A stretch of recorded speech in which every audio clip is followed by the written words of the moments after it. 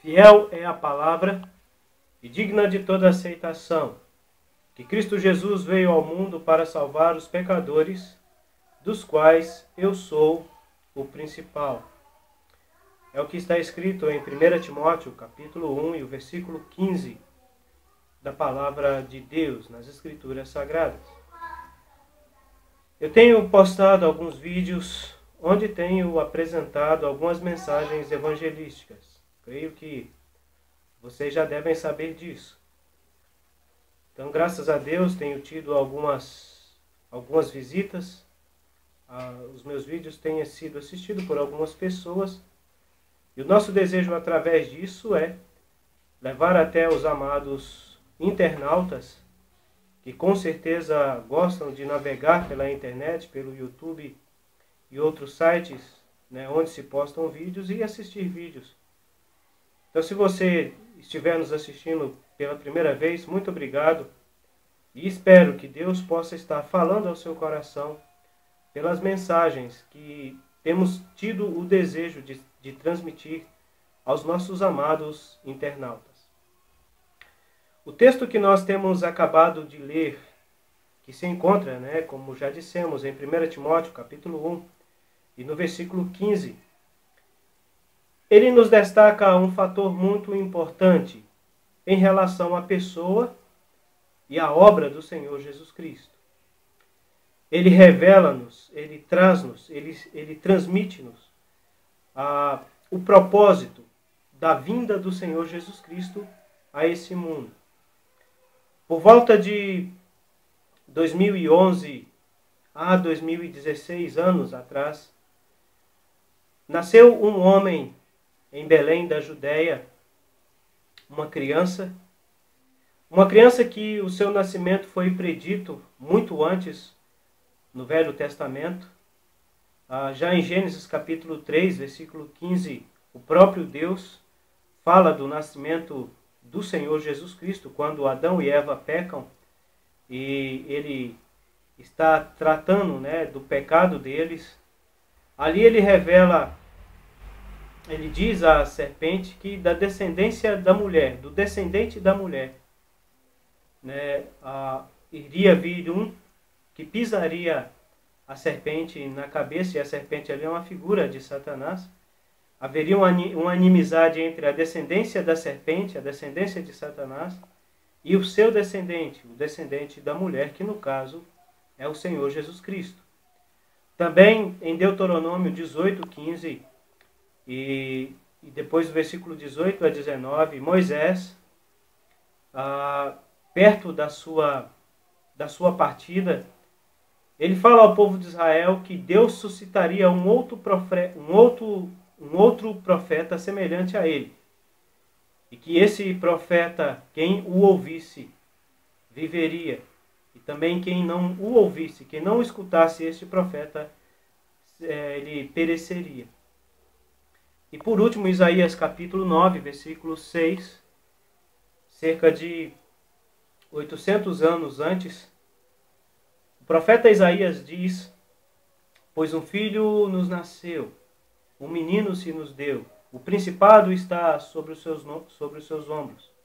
O seu nome será Maravilhoso, Conselheiro, Príncipe da Paz, Pai da Eternidade e Príncipe da Paz. Então, muito tempo antes, o nascimento dessa criança já havia sido predita no Velho Testamento, que no caso é o Senhor Jesus Cristo. E todos sabem que o Senhor Jesus Cristo, ele é Deus. Ao tratar do nascimento do Senhor Jesus Cristo, o evangelista João, no Evangelho de João, capítulo 1, versículo 14, ele nos diz que o Verbo se fez carne. Ou seja, o Senhor Jesus Cristo, ele se fez carne. Ele tomou a forma humana. Ele não nasceu no sentido como eu e você nascemos. Ele já existia, mas ele tomou a forma humana. Ele se fez carne ali, dentro do ventre de Maria, e nasceu como uma criança. Cresceu, viveu uma vida perfeita, uma vida santa, e morreu numa cruz. E todos os anos são comemorados pelas pessoas.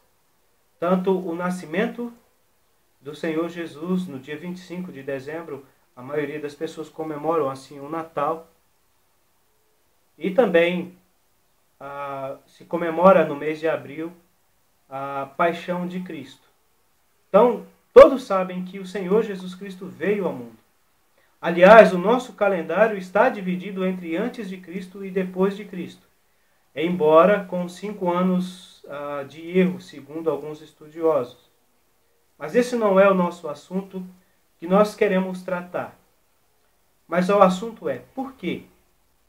O Senhor Jesus Cristo, sendo Deus, na glória eterna, coexistindo com o Pai perfeitamente e eternamente na glória celestial, tomou a decisão de vir ao mundo. Tomou a decisão de tomar a forma humana. Tomou a decisão de se limitar a tempo e espaço e de passar pelas mesmas limitações físicas que eu e você passamos, ele sendo Deus, Criador e sustentador de todas as coisas. Por que ele fez isso? Qual é o propósito disso? Qual é o motivo disso? Se nós sairmos perguntando, se eu e você sairmos perguntando às pessoas, cada uma vai nos dizer alguma coisa diferente. Por exemplo, algumas pessoas nos dirão, se você sair perguntando o propósito da vinda do Senhor Jesus, ele nos dirá, ele nos dirá que o Senhor Jesus veio dar um bom exemplo.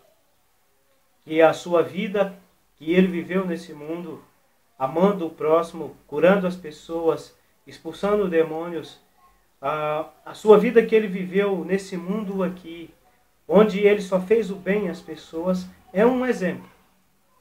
E claro, é um grande exemplo a vida do Senhor Jesus Cristo. Nós não estamos dizendo ao contrário disso. Mas esse não foi o propósito principal da sua vinda ao mundo. Ele não veio a esse mundo somente para dar um bom exemplo.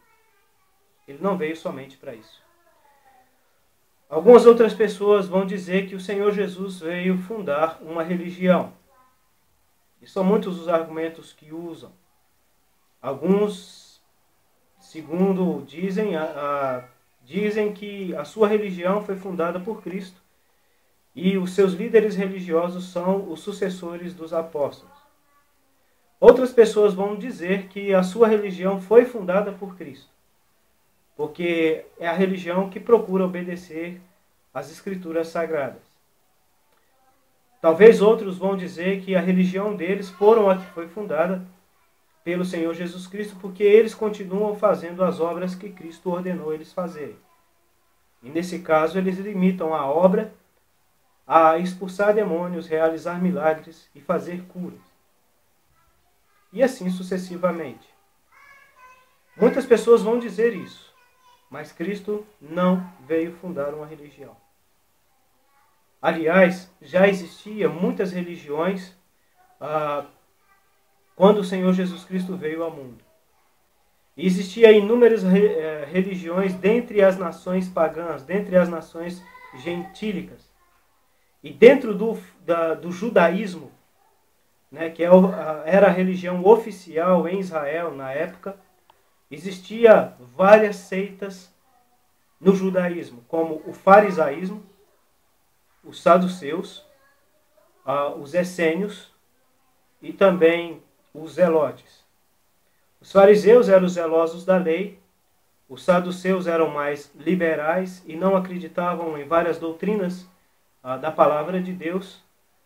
Os essênios eram extremamente ascéticos, ou seja, eu não sei se essa é a palavra correta, mas eram pessoas que viviam excluídas da sociedade, eram eremitas. Há até quem diga que João Batista era um essênio, mas não é esse. A gente não tem base bíblica, respaldo bíblico para afirmar isso. Mas eles viviam vidas excluídas, eles se retiraram para o deserto e ali procuraram, na maneira deles pensar, agradar a Deus, vivendo de uma maneira isolada da sociedade. Um outro grupo era o grupo dos zelotes, mas que era mais um grupo político do que religioso, mas tinha alcunha, tinha um nome de ser um grupo religioso. Então já havia religiões no tempo do Senhor Jesus Cristo. E ele não veio fundar mais uma religião. Embora muitas pessoas tenham essa ideia, mas isso não é o que a palavra de Deus assim nos apresenta. Muitas pessoas acreditam que o Senhor Jesus Cristo veio curar, libertar e expulsar demônios. Eu não estou dizendo que Cristo não fez isso. E eu não estou dizendo também que ele não faça nos dias de hoje. Claro que ele é Deus. Todo o poder está nas suas mãos. Ele pode fazer o que ele bem entender e o que ele bem quer. Mas eu digo isso claramente, embora o Senhor Jesus fez isso está claramente registrado nas páginas das Escrituras Sagradas e eu não posso ir contra isso. Mas o Senhor Jesus Cristo, ele não veio somente curar e expulsar demônios e realizar milagres. Ele veio fazer algo muito maior do que isso. Muitas pessoas acreditam que Cristo também veio para que as pessoas tivessem vida em abundância. E no Evangelho de João, o Senhor Jesus mesmo diz isso, que ele veio para que tenhamos vida e vida em abundância. Só que pegam esse texto, tiram ele de todo o seu contexto e dizem que a vida em abundância aí é ter o emprego dos sonhos, casa, carro, vestir as roupas de grife, as roupas mais caras e assim por diante. Eu não estou dizendo que seja errado você ter o emprego dos sonhos, ou você querer ter isso. Não estou dizendo que seja errado você almejar e buscar ter a sua casa própria, o seu carro, e você querer se vestir bem. Não tem nada errado disso. O errado está em dizer que Cristo veio para fazer isso com as pessoas, sendo que esse não foi o propósito da vinda dele a esse mundo. Mas aí você se pergunta, se o Senhor Jesus não veio dar um bom exemplo, se ele não veio curar, se ele não veio fundar uma religião, se ele não veio curar as pessoas e realizar milagres, se ele não veio para que as pessoas tivessem vida e vida em abundância, para que ele veio? Olha, talvez você não vai concordar com o que eu digo. Eu não preciso que você concorde. Porque é isso que a palavra de Deus diz, que a Bíblia Sagrada diz. E eu só estou entregando o recado que Deus quer que eu entregue a você. Infelizmente, muitas pessoas não têm crido no que a palavra de Deus, a Bíblia, ensina. E têm recorrido aos seus líderes religiosos e, infelizmente, estão sendo terrivelmente enganadas. Porque tudo isso é o que tem sido apresentado. Muitas pessoas têm apresentado a Cristo como um bom exemplo. E que você tem que seguir esse exemplo dele. E se você não fazer tudo o que Cristo fez, você não vai para o céu. Eu digo que se você conseguisse fazer tudo o que Cristo fez, ele não teria vindo a esse mundo. Porque ele veio para morrer na cruz do Calvário. Ele mesmo disse que ele veio para isso. E ele não teria morrido na cruz se houvesse um único ser humano que fosse capaz de fazer o que ele fez. Isso aí eu digo com toda a autoridade dentro da palavra de Deus. Ele não veio fundar uma religião. Aliás, nenhuma religião pode dizer que foi fundada por Cristo e que ela é detentora da verdade e sucessivamente. Nenhuma religião é detentora da verdade. A verdade é o Senhor Jesus Cristo. Ele é a verdade. E a verdade é a sua palavra, a Bíblia Sagrada. E no Evangelho de João, capítulo 17, versículo 17, o Senhor Jesus Cristo diz, ele ora na sua oração sacerdotal pedindo ao Pai, santifica-os na verdade, separe-os, consagre-os na verdade. A tua palavra é a verdade. Cristo não está pedindo para o Pai separar-nos numa religião, A ou B. Seja ela mais antiga, seja ela mais recente, seja ela a que existe mais milagres e mais coisas fenomenais e sobrenaturais. Cristo não está dizendo isso. Cristo está dizendo para o Pai, rogando ao Pai, para Ele santificar-nos na verdade. E o que é a verdade? É as Escrituras Sagradas. É a palavra de Deus, chamada também de palavra da verdade. Efésios capítulo 1, versículo 13 e 14. Então, o Senhor Jesus Cristo é a verdade e a sua palavra é a verdade, as Escrituras Sagradas. E não uma religião, seja ela qual for. Nenhuma religião é detentora da verdade. Nenhuma religião é em si a verdade. A verdade é Cristo. E a verdade é as Escrituras Sagradas, a sua palavra inspirada, que Ele deixou registrada para nós, nos 66 livros que se encontram, né, unindo assim o Velho e o Novo Testamento. O Senhor Jesus Cristo não veio curar as pessoas. Não foi esse o propósito dele. Ele curou muitas pessoas, ele curou cegos, ele curou surdos e mudos, ele curou pessoas que estavam com febre, ele curou pessoas que estavam aleijadas, ele fez inúmeros milagres, ele transformou a água em vinho, ele fez inúmeros sinais, ele ressuscitou a Lázaro. Mas apesar de tudo isso que ele fez, esse não foi o propósito principal da sua vinda. E o propósito principal dele hoje também não é fazer isso. Ele pode fazer qualquer sinal. Ele é Deus. Ele sustenta o universo pela palavra do seu poder. Mas esse não é o propósito. Talvez, se você frequenta algum grupo religioso esperando ser curada de sua enfermidade, deixa eu ser franco com você. O Senhor Jesus Cristo não quer somente te curar fisicamente. Pode ser que Ele venha te curar, se for da vontade dEle. Isso tem que ser da vontade dEle. Pode ser que Ele venha te curar. Mas pode ser também que Ele não venha te curar, porque esse não é o propósito. Não foi para isso que Ele veio ao mundo.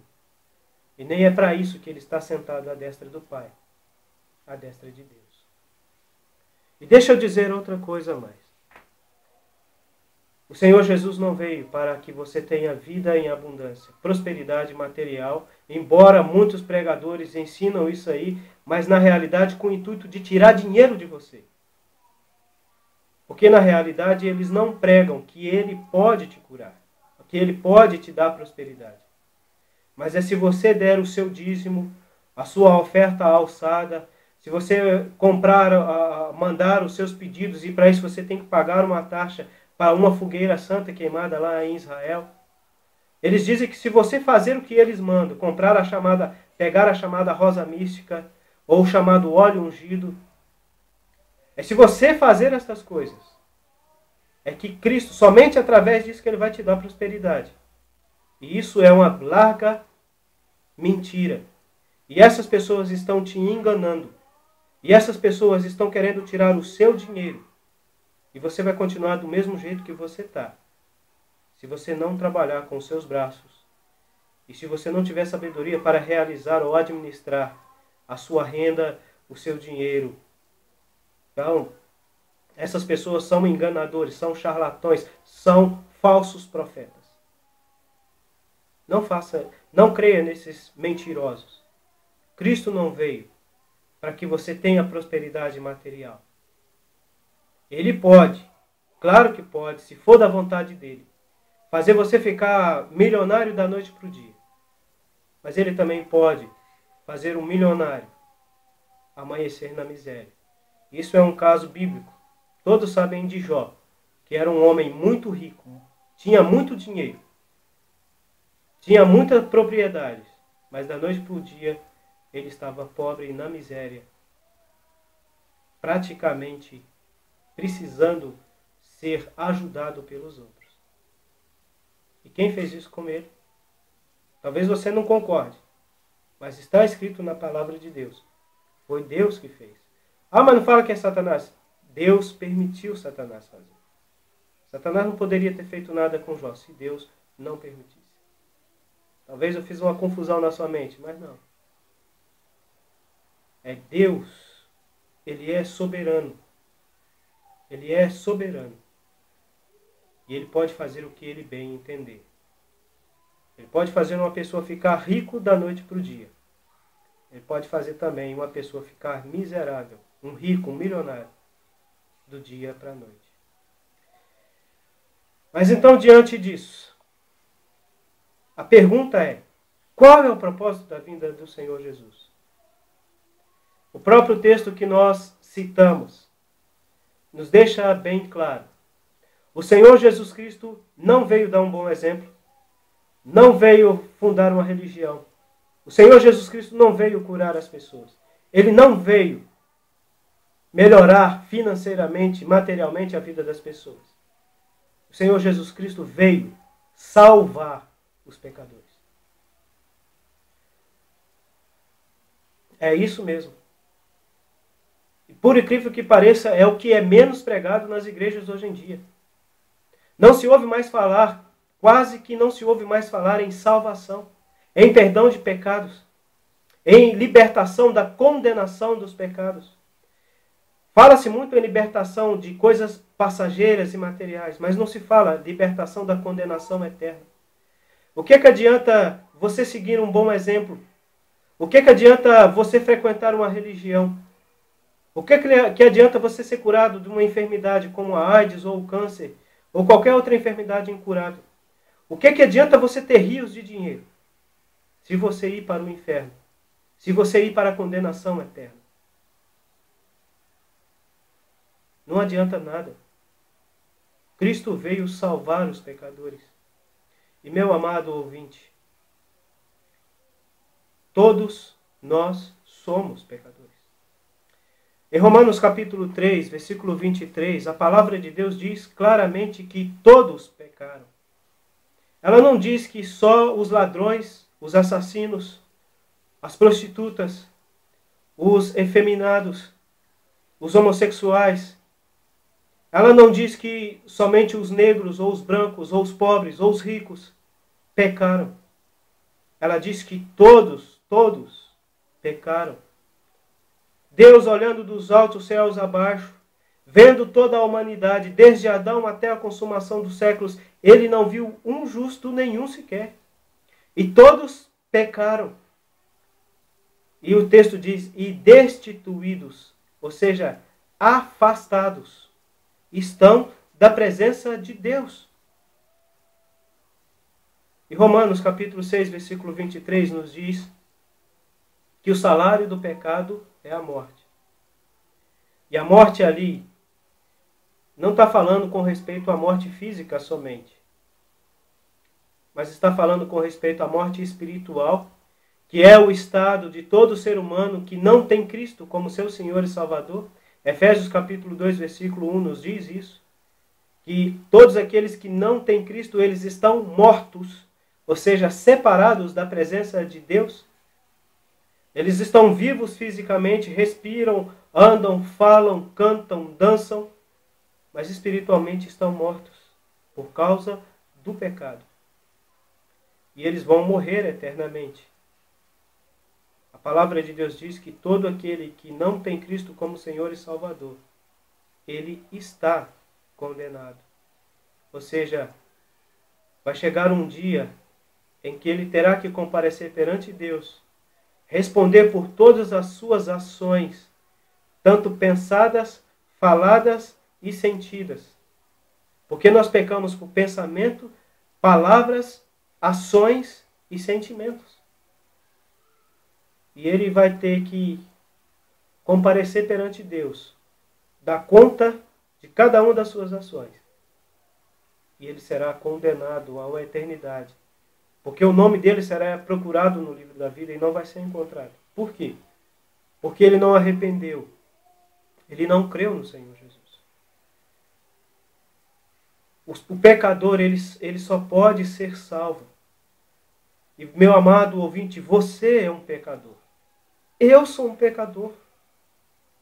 E nós só podemos ser salvos mediante a fé na pessoa e obra do Senhor Jesus. Independente da religião que você frequenta, independente daquilo que você faça ou deixa de fazer, Independente se você está precisando urgentemente de uma cura. Independente se você está precisando urgentemente de ter a sua vida financeira melhorada. Você pode ser rico. Você pode não ter doença nenhuma. Você pode estar seguindo um bom exemplo. Você pode ser religioso. Mas se você não tem Cristo, você é um perdido. E você precisa ser salvo.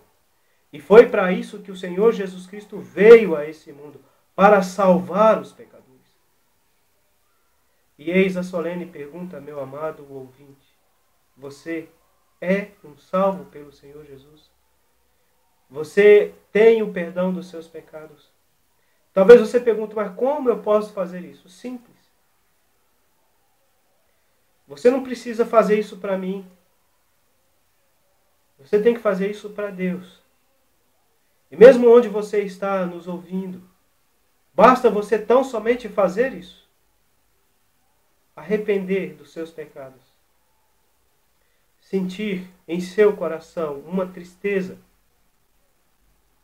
Talvez você possa dizer que não arrepende de nada que você fez.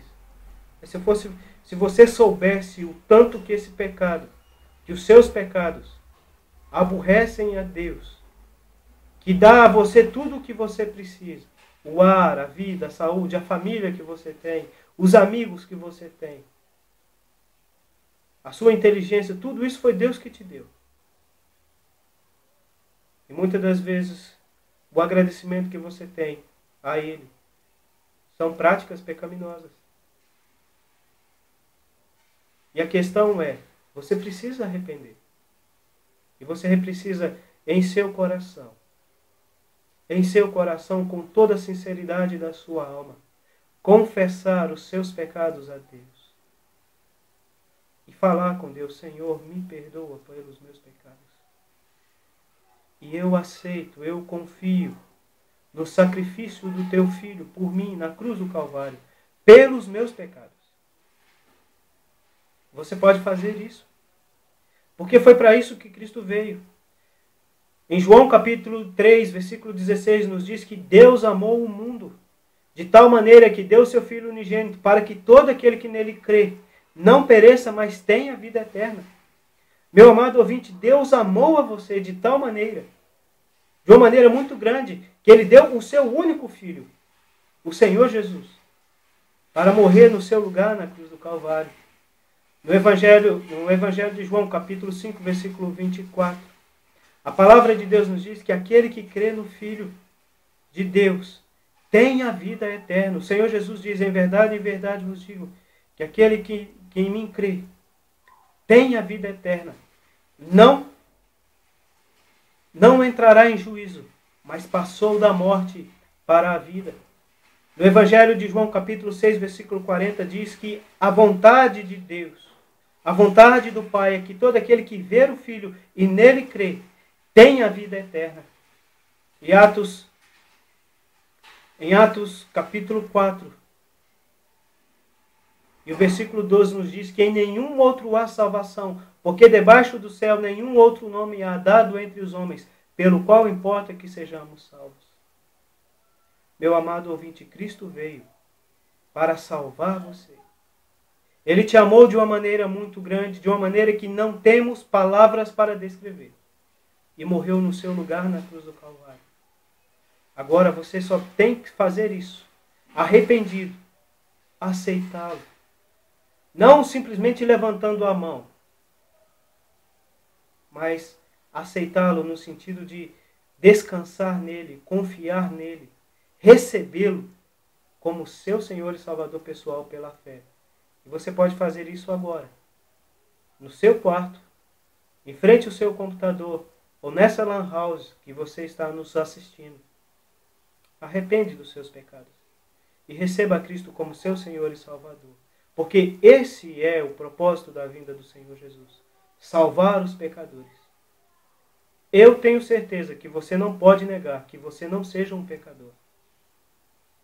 Claro que você é um pecador. Se você é um pecador, você precisa ser salvo. E se você precisa ser salvo, foi para isso que Cristo veio, para te salvar. Você quer ser salvo? então arrepende e receba Cristo como seu Senhor e Salvador pessoal. Que Deus assim possa falar ao seu coração e que a sua palavra possa enraigar e que Ele possa te incomodar. Não deixar que você durma à noite sem antes arrepender de seu pecado e receber a Cristo como seu Senhor e Salvador pessoal.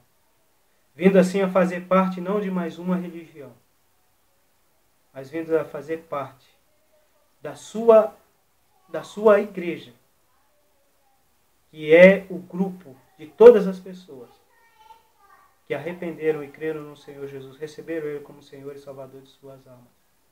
A palavra igreja significa chamada para fora.